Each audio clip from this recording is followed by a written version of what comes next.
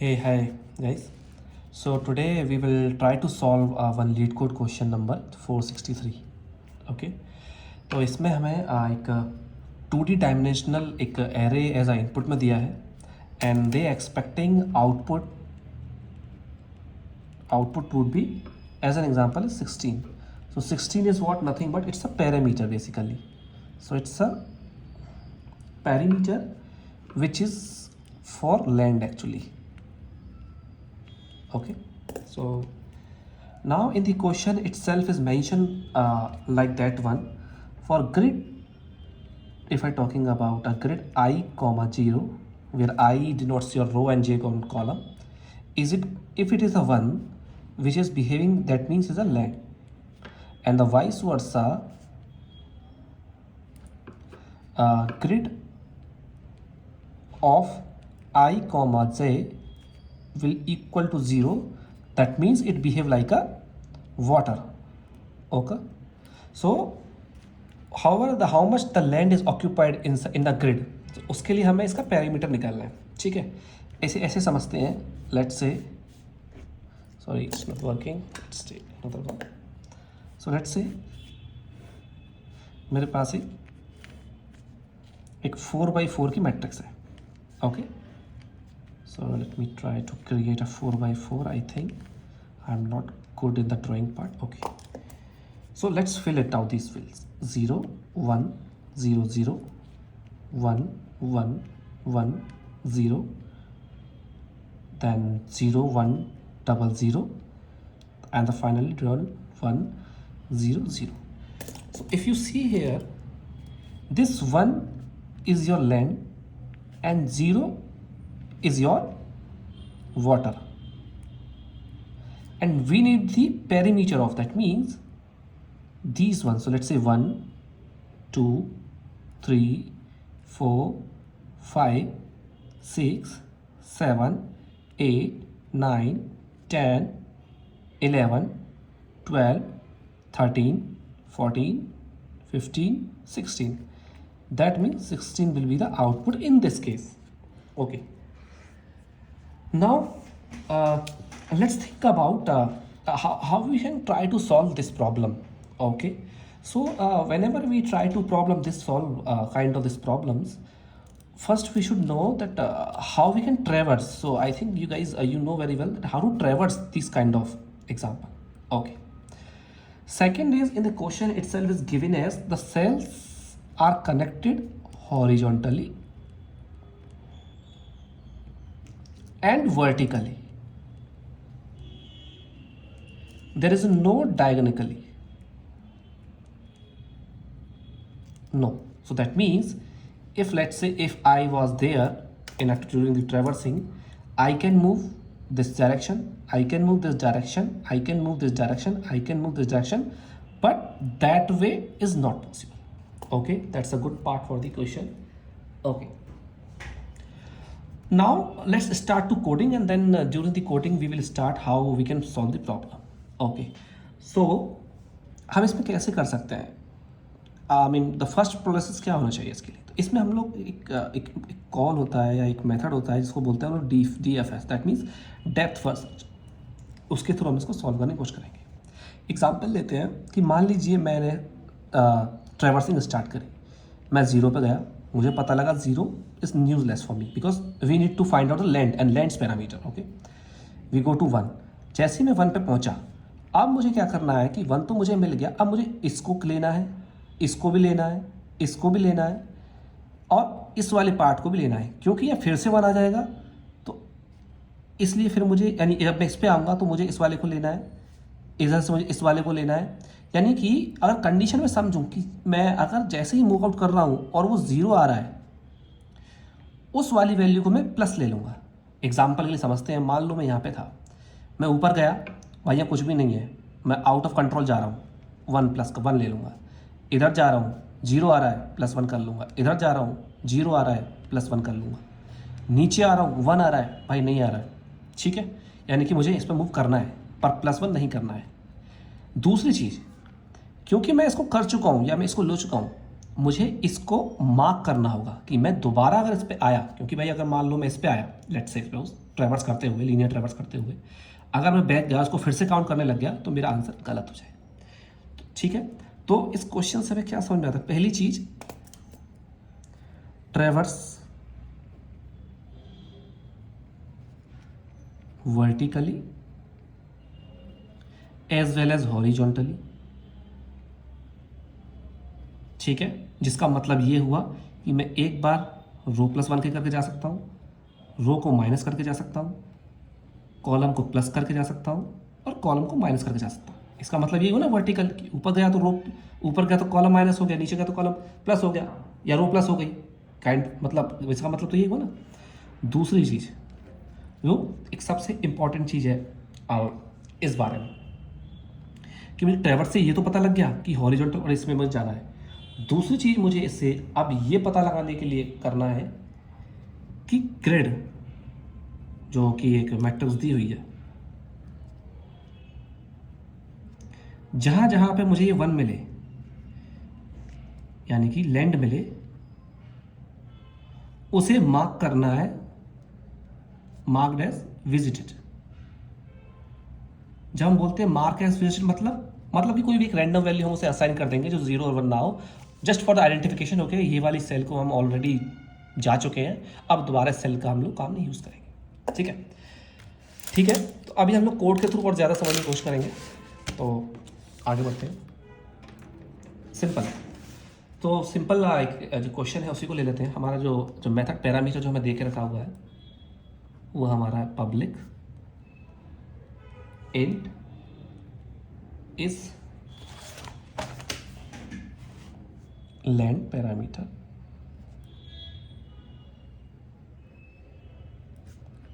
और हमें एक 2D एरे दिया हुआ है, राइट। यही हमारे पास इसका नॉर्मल फॉर्मेट है।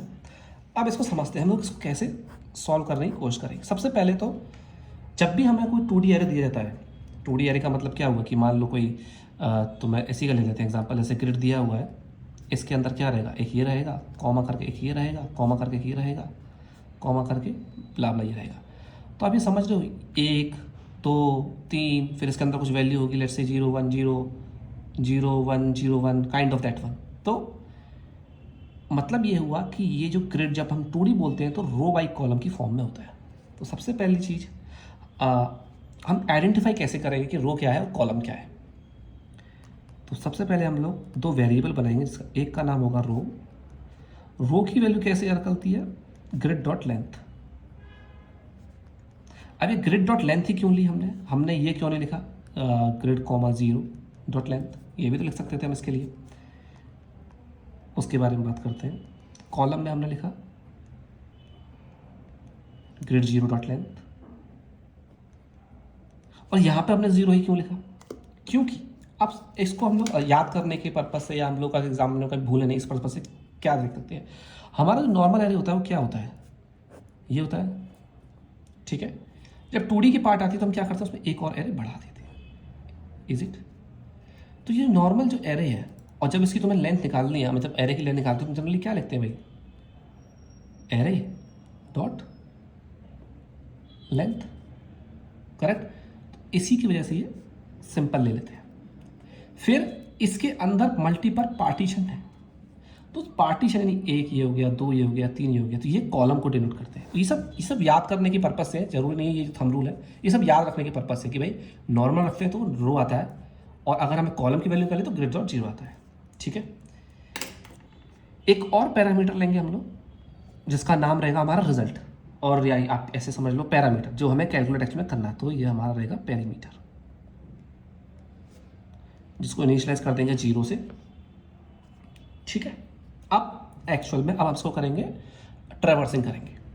तो ट्रैवर्सिंग का कोड आपको पता ही है, जब हम लोग मैट्रिक्स को कैसे ट्रैवर्स करते हैं, पहला लूप लेंगे, I0 से इनिशिएट करेंगे, और I को कब तक चलाएंगे अपन, रो तक। ठीक है, कोड को हमेशा पेपर पर लिखना सीखना पड़ेगा हमें, तभी हम हमारे पास देखो दो फायदे होते हैं हमें कोड को पेपर पर लिखने से। फर्स्ट ऑफ ऑल हमें सिंटेक्स ज़्यादा अच्छी तरीके से याद हो जाते हैं, और जब हम लिखते हैं तो लिखते समय हमें कुछ ना कुछ याद आता रहता है। तो जनरली हमें ट्राई करना चाहिए पेन पेपर के through first of all. Okay, दूसरा j is equal to 0, j कहाँ तक चलेगा, आपके कॉलम को डिनोट करता है, ठीक है। और फाइनली j प्लस प्लस, ठीक है। पहली कंडीशन जैसा हमें पता था कि भाई अपने को किससे मतलब है, अपने को लेंथ से मतलब है, जिसका कि इज इक्वल टू जिसकी वैल्यू 1 होनी चाहिए। तो पहली कंडीशन में क्या लिखेंगे, if grid of i comma j, ये दो फॉर लिखेंगे, ठीक है, इज इक्वल टू 1। मान लो मुझे वो 1 मिलता है। जब मुझे वो 1 मिलता है, अब मुझे क्या करना चाहिए, अब मुझे जो मेरा आंसर है पेरीमीटर, उसको बोलना चाहिए। ये क्या है इसका मतलब, देखो जैसे हमने पहले कहा था कि मान लो मैं इस पे गया, मैं दिखाता हूँ, इस पे गया। जब मैं इस पे गया, अब मैं बोलूँगा इसके इधर वाले इधर वाले इधर वाले को कैलकुलेट करके मुझे दे दो, राइट। तो मैं क्या बोलूँगा, भाई मुझे इस पेरीमीटर के पास कैलकुलेट सेल पेरीमीटर, नाम कुछ भी दूसरा हो सकता है, मैंने गलती से ये लिख दिया, ठीक है। ये करेंगे, इसमें पास क्या करेंगे, ये ग्रेड तो पास करनी है, साथ में हम इसके i कॉमा j, यानी इस i कॉमा j से स्टार्ट होगी। बस इनको बंद कर देंगे दोनों लूप्स को, और फाइनली अपन रिटर्न कर देंगे पेरीमीटर। अब इस मेथड को देखते हैं। ये जो मेथड था, यानी कि भाई मैं x पे आ गया, अब मुझे इस वाले यानी इस वाले i और j के लिए सारे तीनों को कैलकुलेट करके दे, मैं अपने में कैलकुलेट कर पाऊँ। अब वो कैसे करेंगे वो देखते हैं। पब्लिक वॉइड, इसको वॉइड रखेंगे या इंट रखेंगे, क्योंकि यहाँ पे ये प्लस कर रहा है, राइट। इंट नेम अपन लिख देते हैं, चलो सेम ले लेते हैं, कंफ्यूजन ना हो। कैलकुलेट सेल का हम लोग पेरीमीटर कैलकुलेट कर रहे हैं, ठीक है। इसमें क्या क्या हमारे पास पैरामीटर रहेगा, वही 2D डायमेंशनल ग्रिड रहेगा हमारे पास, इंटीजर में रो रहेगा और इंटीजर में कॉल रहेगा, ठीक है। तो गाइस आपको जहाँ पे भी डाउट हो वो देख सकते हैं, ठीक है। अब इसको करते हैं। पहली कंडीशन हमारी क्या थी, हमने जो इसमें डिस्कस किया था कि मैं जब भी आउटसाइड निकलूँ, यानी मान लो नेक्स्ट एलिमेंट 0 है, या मान लो मैं ऊपर गया, है ही नहीं, अगर एक सेल था कॉलम था तो है ही नहीं, या पीछे गया 0 आया, या हो सकता है यहाँ पे होता तो इधर आया था, या इस वाले केस में इधर आता तो रो इधर नहीं होती। तो यानी ये कंडीशन क्या बोल रही है कि भाई अगर वो 0 हो या वो आउटसाइड द स्कोप हो, outside the scope of array, तो हमें वो 1 रिटर्न करके दे देना है, क्योंकि मैं इस पर पहले ही ऑलरेडी खड़ा हुआ हूँ, इसमें से बाहर निकलना हुआ कुछ नहीं, तो मुझे ये 1 दे दो, बराबर, ठीक है। तो क्या लिखेंगे यहाँ, इफ़ कंडीशंस चेक करेंगे। सबसे पहले रो को लेते हैं। भाई रो को चेक किया कि मान लो वो 0 से छोटा है, या मान लो रो बड़ा हो जाता है या इक्वल तक पहुंच जाता है। इक्वल तक क्यों यूज़ कर रहे हैं, क्योंकि ये एक एरे है, राइट। ग्रिड ऑफ लेंथ, मैंने बताया था रो के लिए हमेशा सिर्फ नॉर्मल यूज़ करते हैं, और याद करने के पर्पज़ से हम लोग इस तरीके के एग्जांपल से याद रख सकते हैं कि भाई रो अपना, क्योंकि बहुत ही कंफ्यूजिंग हो जाता है कभी कभार कि मैं 0 यहाँ यूज़ करूँ या इसमें यूज़ करूँ। जनरली 4x4 की मैट्रिक्स हो कोई समस्या नहीं, लेट्स से 6x2 की मैट्रिक्स हो, बड़ी प्रॉब्लम आती है कि किसको मैं कॉलम लिखूँ किसको रो लिखूँ, इट्स डिफिकल्ट। ओके, तो इसे याद रखने के लिए 0 और कॉलम की रो हमारा सिंपल रहता है, इसलिए हम लोग उसको रो यूज़ करते हैं। सेम कंडीशन कॉलम के लिए यूज़ करेंगे कि भाई कॉलम मेरा अगर 0 से बड़ा हो जाए, या फिर मेरा जो कॉलम है COL सॉरी, वो ग्रिड ऑफ 0 डॉट लेंथ कर दे। तो ये बाहर, ये आउट ऑफ स्कोप वाली कंडीशंस तो अपन ने, आउट ऑफ स्कोप वाली जो कंडीशंस है वो हमने ऐड कर ली। अभी अपने क्या करना है, एक और लास्ट कंडीशन कि मान लो अगला सेल आपका 0 हो, यानी आउट ऑफ स्कोप नहीं है, पर वो जीरो, जीरो मतलब वाटर, अगर वाटर है तो सिंपल है कि वो भी बाहर जा रहा है, अब बाहर जा रहा है तो उसको 1 रिटर्न का डाल देते हैं, ठीक है। तो यहाँ क्या लिखेंगे अपन, लास्ट कंडीशन कि मान लो ग्रिड की जो रो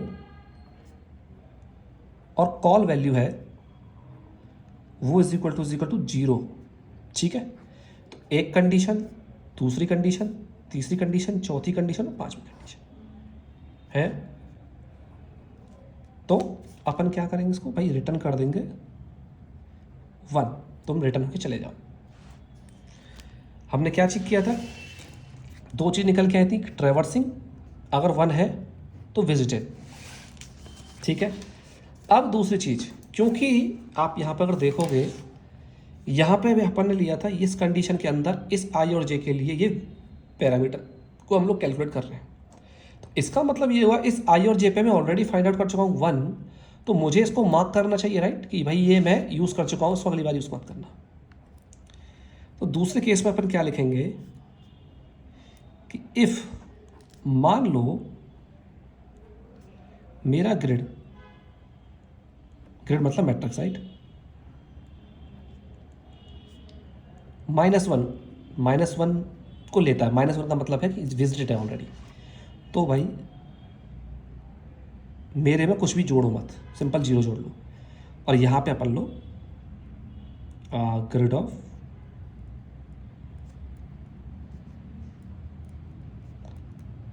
-1 को अपडेट कर देंगे।